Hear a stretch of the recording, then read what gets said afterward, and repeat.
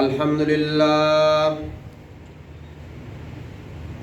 لله نحمده ونستعينه ونستغفره ونؤمن به ونتوكل عليه ونعوذ بالله من شرور أنفسنا ومن سيئات أعمالنا من يهده الله فلا مضل له ومن يضلله فلا هادي له ونشهد أن لا إله إلا الله وحده لا شريك له ونشهد أن محمدا عبده ورسوله أما بعد فأعوذ بالله من الشيطان الرجيم بسم الله الرحمن الرحيم وَإِذَا بُشِّرَ أَحَدُهُمْ بِالْأُنْثَى ظَلَّ وَجْهُهُ مُسْوَدًّا وَهُوَ كَظِيمٌ يَتَوَارَى مِنَ الْقَوْمِ مِنْ سُوءِ مَا بُشِّرَ بِهِ أَيُمْسِكُهُ عَلَى هُونٍ أَمْ يَدُسُّهُ فِي التُّرَابِ وَقَالَ فِي مَقَامٍ آخَرٍ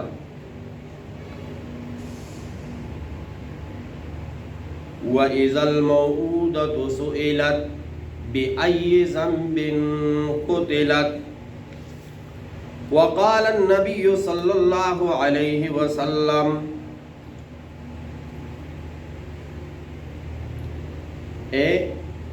عن أبي رافع قال رأيت رسول الله صلى الله عليه وسلم أذن في أذن الحسن بن علي حين ولدته فاطمة بالصلاة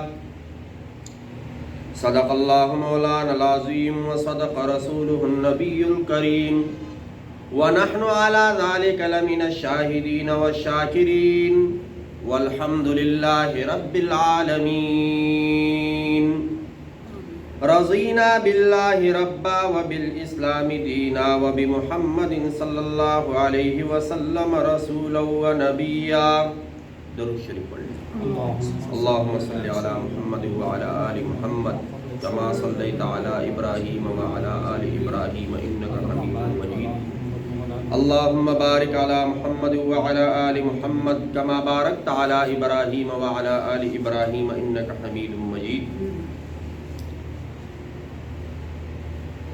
اللہ رب العزت نے جب بھی معاشرے کی تشکیل کی آدم علیہ السلام سے اس کا ابتدا اور انتہا اللہ ہی کے علم میں ہے کہ آخر میں کون ہوگا جو اس دنیا میں سے چلا جائے گا. اب نکاح ہو، شادی، گھر بس جاتا ہے، بچے پیدا ہو جاتے ہیں. اب بچے جب پیدا ہوتے ہیں تو ان کے کچھ حقوق ہوتے ہیں ماں باپ پر. اس میں بیٹے بھی ہیں، بیٹیاں بھی ہیں. بعضی چیزیں ایسی ہیں کہ وہ زمانہ جاہلیت میں رواج تھا کہ جب بھی بچے کی پیدائش ہوتی تو پھر خوشی میں بلایا جاتا تھا دوست احباب کو، رشتہ دار کو، عزیز اقارب کو، ان کو کچھ کھلایا جاتا تھا.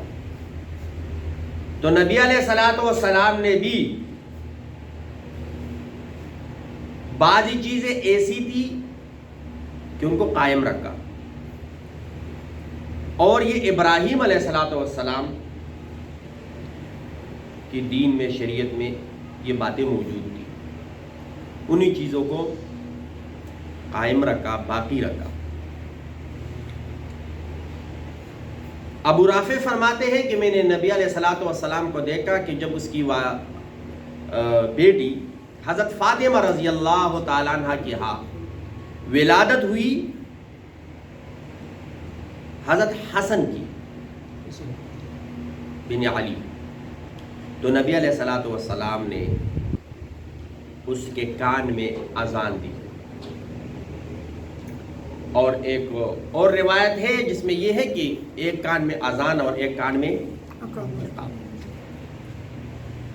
مقصد یہ ہے کہ جب تم لوگوں نے دنیا میں زندگی گزارنی ہے تو ایسی جب اذان اور نماز کے درمیان جتنا وقت ہے، جب اذان دی جاتی ہے لوگ نماز کے لیے تیاری کرتے ہیں اور پھر مسجد میں بیٹھ جاتے ہیں تو وہ گناہ کا کوئی کام نہیں کرتے، بلکہ وہ قرآن کی تلاوت میں، اللہ کی ذکر میں، درود شریف میں، استغفار میں، یعنی توجہ کس کی طرف ہوتی ہے؟ تو مقصد یہ ہے کہ دنیا میں آئے، پتہ تو چلا فلاں تاریخ کو فلاں سن کو پیدا ہوا، اب جانا کب ہے اللہ کے علاوہ کسی کو علم نہیں۔ اذان دی جاتی ہے 1 بجے، 1:15 بجے، جماعت کھڑی ہوگی 1:30 بجے، پھر بھی 15 منٹ ہے۔ دنیا میں آیا 15 سیکنڈ بھی اس کو ملتے ہیں کہ نہیں؟ تو بتا دیا کہ دیکھو دنیا میں آئے، کان میں اذان بھی دی گئی، کان میں اقامت بھی، جاؤ گے جنازہ، نماز، اس کے لیے پھر اذان اور اقامت ہو وہ شروع میں ہو گیا۔ دوسری بات یہ ہے کہ اذان اور اقامت اس کے کان میں، تاکہ شیطان کے جو وسوسے ہیں، شیطان کی جو شرارتیں ہیں، اس سے یہ بچہ محفوظ ہو جائے، اس سے یہ بچہ کیا ہو؟ محفوظ ہو جائے۔ اور تیسرا یہ کہ اس کے کان میں اللہ کا نام آئے سب سے پہلے۔ سب سے پہلے کس کا نام آئے؟ اللہ، تاکہ ان کے کانوں میں کوئی اور غلیظ اور مغلظات، گالم گلوچ یہ نہ چلا جائے۔ تو بچے کا والدین کے اوپر، والد کے اوپر حق یہ ہے کہ سب سے پہلے اس کے کان میں اذان دی جائے اور دوسرے کان میں اقامت پڑھی جائے۔ دوسرا حق یہ ہے، یہ سنت بھی ہے، کئی جو روایات سے بھی منقول ہے، حضرت عائشہ رضی اللہ تعالیٰ عنہ فرماتی ہے کہ نبی علیہ الصلوۃ والسلام کے پاس بچوں کو لایا جاتا تھا اور برکت کے لیے نبی علیہ الصلوۃ والسلام کوئی کھجور یا چوارا اس کو چبا کے اس کے منہ میں لعاب مبارک۔ تو ہم بھی جو ہمیں کوئی بزرگ نظر آئے، محلے میں، علاقے میں، شہر میں بچہ پیدا ہو تو کسی بزرگ سے بھی یہ کام کرے، یہ سنت ہے۔ یہ کیا ہے؟ سنت ہے۔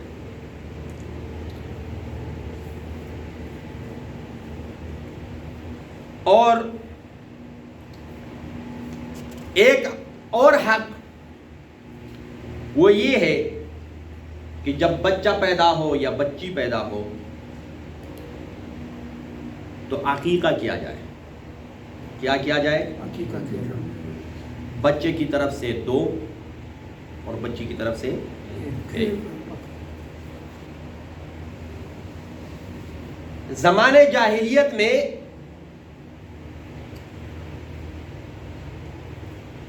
بچیوں کو عار سمجھا جاتا تھا۔ ابھی جو میں نے آیت تلاوت کی اس کا ترجمہ میں آپ کو بتا دیتا ہوں۔ سورۃ النحل کی یہ آیت ہے، وَإِذَا بُشِّرَ أَحَدُهُمْ بِالْأُنثَىٰ۔ یہاں پر بھی اسپتالوں میں یا گھروں میں جب بچہ پیدا ہو تو خوشخبری وہ دیتی ہے خاتون یا نرس کہ مبارک ہو بیٹا پیدا ہوا، مبارک ہو بیٹی پیدا ہو۔ تو اس زمانے میں جب کسی کو خوشخبری دی جاتی تھی بیٹی کی تو ظل وجہ، ظل وجہ وہو کظیم، چہرہ افسردہ ہو جاتا تھا، اتر جاتا تھا پریشانی سے۔ یہ قرآن مجید کا آیت ہے۔ اور لوگوں سے چپتا پھرتا تھا، لوگ کیا کہیں گے؟ یتوارا من القوم من سوء ما بشر بہ، اس برے خبر سے، برا خبر اپنے لیے سمجھتے تھے، برے خبر سے قوم سے چپتا تھا، سوچتا رہتا تھا کہ اب میں کیا کروں، ایمسکہ علی ہون ام یدسہ فی التراب، کہ اسی ضلالت کے ساتھ اس بچی کو زندہ رکھوں یا اس کو مٹی میں گاڑ دوں، یہ سوچتا رہتا تھا۔ آخری پارے میں 2 آیتیں ہیں، وَإِذَا الْمَوْءُودَةُ سُئِلَتْ، جب زندہ گاڑی ہوئی بچی سے قیامت والے دن پوچھا جائے گا، بِأَيِّ ذَنبٍ قُتِلَتْ، تجھے کس گناہ میں قتل کیا گیا؟ اس بیچاری کو کیا پتا کہ مجھے کس گناہ میں زندہ گڑھے میں ڈال دیا، اوپر مٹی ڈال دیا۔ آئی تو کیا کرنا ہے؟ عقیقہ۔ آپ لوگوں نے دیکھا ہوگا کہ جب میراث تقسیم ہوتا ہو، بیٹے کے 2 حصے ہیں اور بیٹی کا 1 حصہ، تو یہ فرق اللہ رب العزت نے قائم رکھا ہے۔ زمانہ جاہلیت میں تو ایک جانور بھی نہیں تھا، اور ایک اور حق ہو بچے کا کہ اس کا نام اچھا رکھا جائے، اس کا نام اچھا رکھا۔ دوزخ، گل، فرعون صاحب، نمرود جی، اور بھائی یہ نام کیوں رکھے؟ قرآن میں آئے تو قرآن میں تو ابلیس، شیطان، یہ بھی نام آئے ہوئے، اور نام جس کا ہے وہ نام اس کے اوپر اثر بھی رکھتا ہے۔ اب کسی نے اپنے بچے کا نام رکھا شیطان، تو پھر شیطان آنے کی گرمی ضرورت تھی، وہ وہی کافی۔ تو اچھے نام رکھے، خود سمجھ نہیں آتے تو کسی سے پوچھے، پڑھے لکھے سے اس کا ترجمہ پوچھے کہ میں نام رکھ رہا ہوں، یہ ترجمہ کیا بنے گا اس کا؟ بظاہر نام تو بڑا خوبصورت ہو، لیکن اس کا ترجمہ کیا ہو، غلط نہ ہو۔ اللہ رب العزت ہمیں اپنے بچوں کے حقوق ادا کرنے کی توفیق عطا فرمائے۔ تو سب سے پہلے کیا کرنا ہے؟ اس کے کان میں اذان، اقامت، عقیقہ، نام، اور زمانے جاہلیت میں ایک رسم اور بھی تھا، سر کے بال منڈوا دیتے تھے اور پھر وہ خون میں ترتے تھے اور اسے خون کو سارا سر پہ مل دیتے تھے۔ تو یہی رواج اسلام میں بھی نبی علیہ السلام نے بھی باقی رکھا، لیکن ایک اصلاح فرمائی، سر منڈوائے لیکن اس کے اوپر خوشبو لگائے، اس کے اوپر کیا کریں؟ خوشبو لگائے، اور اس کا مطابقت بھی ہو جائے گا۔ حج میں جب بندہ کیا کرتا ہے؟ احرام سے اپنے آپ حلال کرتا ہے، احرام کھول کر تو کیا کرتا ہے؟ تو مطابقت بھی باقی رہ جائے گا، اور یہ دین ابراہیمی میں بھی ایسا، اور یہ بھی ہے کہ جس بچے کا سر منڈوایا وہ جتنے بال ہے اس کو تولے چاندی کے ساتھ، جتنا وزن بنتا ہے اتنی چاندی صدقہ کر دی جائے، اتنی چاندی جن کو اللہ رب العزت نے توفیق دی ہے تو وہ کنجوسی نہ کرے۔ کتنا زیادہ ہوگا؟ میرے خیال میں 1 تولہ بھی پورا نہیں ہوگا۔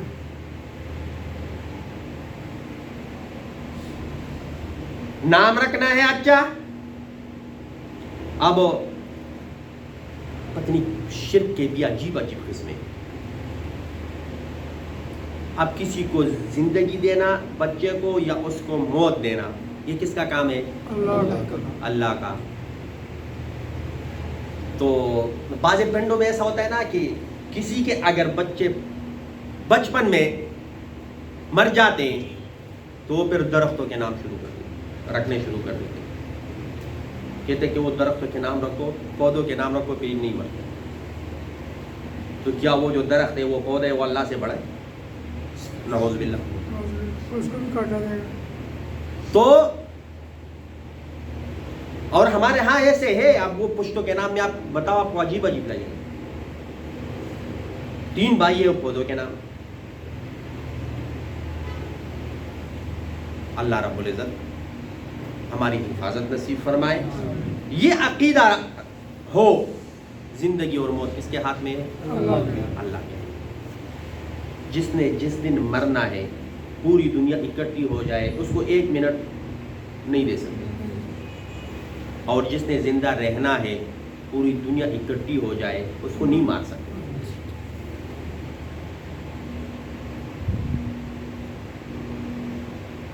تو ایک کام اور، بچے کا جو حق ہے کہ اس کی اچھی تربیت کی جائے، اس کی کیا کیا جائے؟ اچھی تربیت۔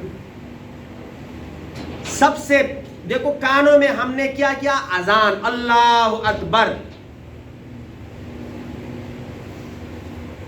زبان پہ وہ جو الفاظ سیکھ رہے ہیں، وہ بھی سب سے پہلے لا الہ الا اللہ ہونا چاہیے۔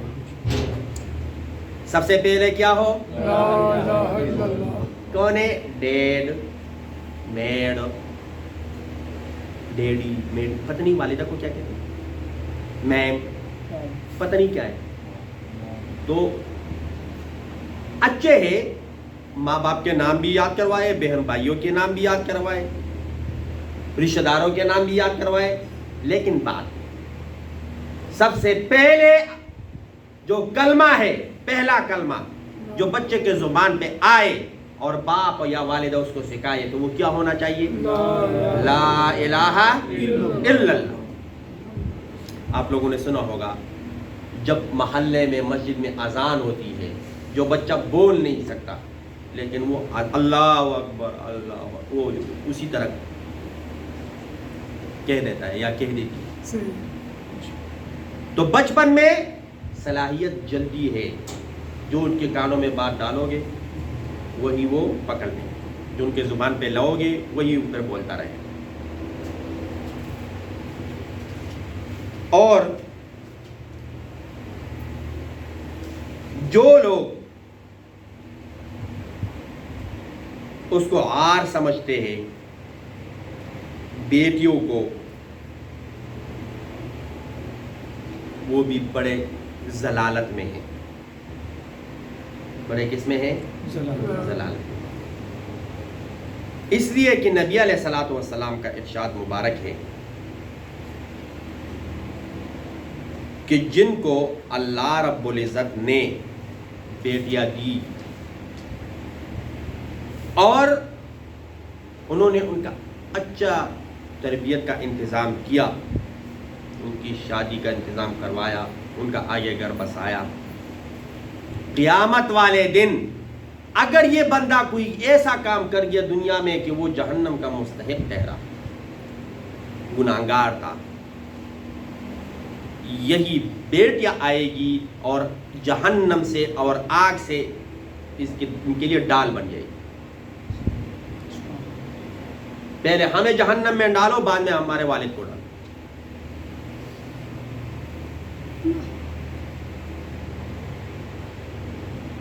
اور حضرت عائشہ رضی اللہ تعالی عنہا فرماتی ہے کہ ایک مرتبہ گھر میں موجود تھی میں، تو ایک خاتون آئی مانگنے والی، اور اس کے گود میں 2 بچیاں۔ میں نے گھر میں دیکھا، کچھ بھی نہیں تھا میرے پاس اس کو دینے کے لیے سوائے 3 کھجور کے۔ تو میں نے وہ 3 کھجور اٹھا کے اس خاتون کو دے دی۔ اس نے 1 کھجور ایک بیٹی کو دے دیا، دوسرا کھجور اور تیسرا کھجور اٹھا کر اپنے منہ میں ڈالنے لگی تھی کہ ایک بچی نے کہا وہ یہ ہمیں دے، یعنی اور ڈیمانڈ کیا۔ اس نے وہ کھجور بھی 2 حصے کر کے ایک حصہ آدھا ٹکڑا ایک بچی کو دے دیا اور آدھا ٹکڑا چلی گئی. حضرت عائشہ رضی اللہ تعالی عنہا کو اس خاتون کا جو یہ عمل ہے بہت پسند آیا. جب نبی علیہ الصلوۃ والسلام گھر تشریف لائے، حضرت عائشہ رضی اللہ تعالی عنہا نے وہ واقعہ سنایا کہ آج تو یہ ہوا. نبی علیہ الصلوۃ والسلام نے فرمایا اس خاتون کے لیے جنت واجب ہوگی. اس خاتون کے لیے جنت ایک تو ہم ہے نا، میں پہلے میرا پیٹ کب بھرے، دوسرا مرے، جو مرضی ہو، پہلے میں اپنا پیٹ بھروں گا. اور اگر آپ نے نظارہ دیکھنا ہونا تو جب کھانا تقسیم اور پھر آ جائے، اب پہلے میں وہ صبر تو کر لو، وہ ایک دوسرے کے اوپر چڑھے گا لیکن نہیں، پہلے مجھے.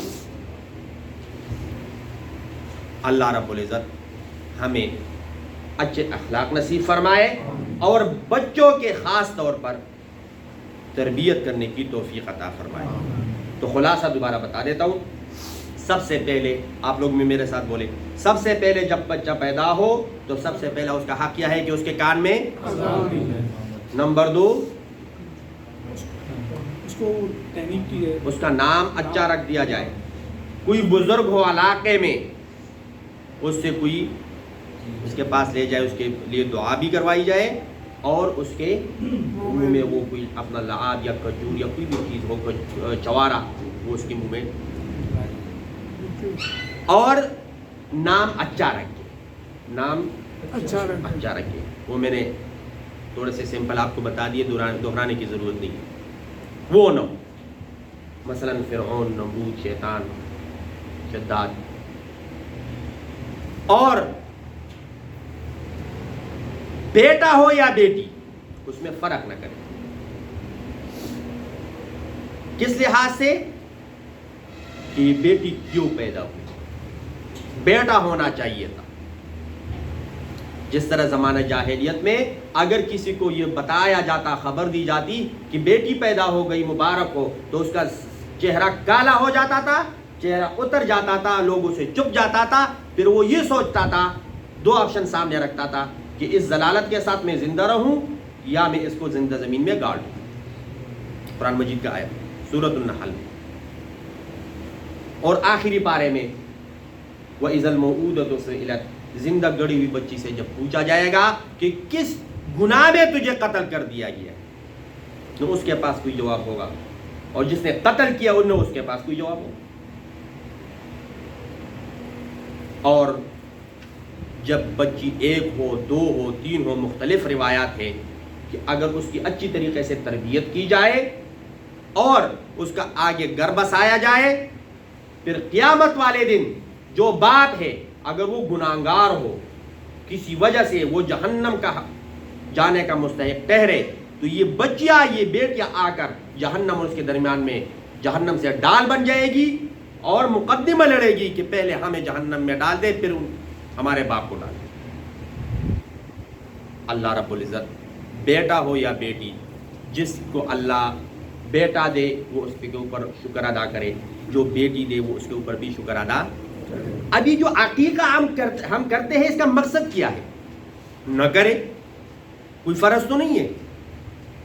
زمانہ جاہلیت میں رواج تھا کہ رشتہ داروں کو اکٹھا کرتے تھے. کیوں؟ تاکہ معاشرے والوں کو پتہ چلے کہ یہ اس اپنے بچے کے پیدائش پہ خوش ہے اور یہ اپنا بچہ مانتا ہے، یہ اپنے بیوی پہ کوئی شک نہیں کرتا، یہ اپنے بیوی پہ کوئی شک ہو. اور یہی اتنا پسند آیا نبی علیہ الصلوۃ والسلام کو کہ یہ آگے قیامت تک سنت قائم فرمائی کہ عقیقہ کر دیا کرے، ان میں اپنے عزیز اقارب رشتہ داروں کو اکٹھا کر لیا کرے، تاکہ کسی کے ذہن میں، خاص طور پر شوہر کے ذہن میں کچھ وہ نہ ہو اور لوگوں کو بھی پتہ چلے کہ یہ اسی کا بیٹا ہے یا اسی کی بیٹی. بات سمجھ آئی نا؟ اللہ رب العزت ہمیں قرآن اور حدیث کے مطابق زندگی کا ہر موڑ، ہر پل، ہر قدم اس کے مطابق کرنے کی توفیق عطا فرمائے. وآخر دعوانا ان الحمدللہ رب العالمین. سنت جنہوں نے نہیں پڑھی وہ پڑھی.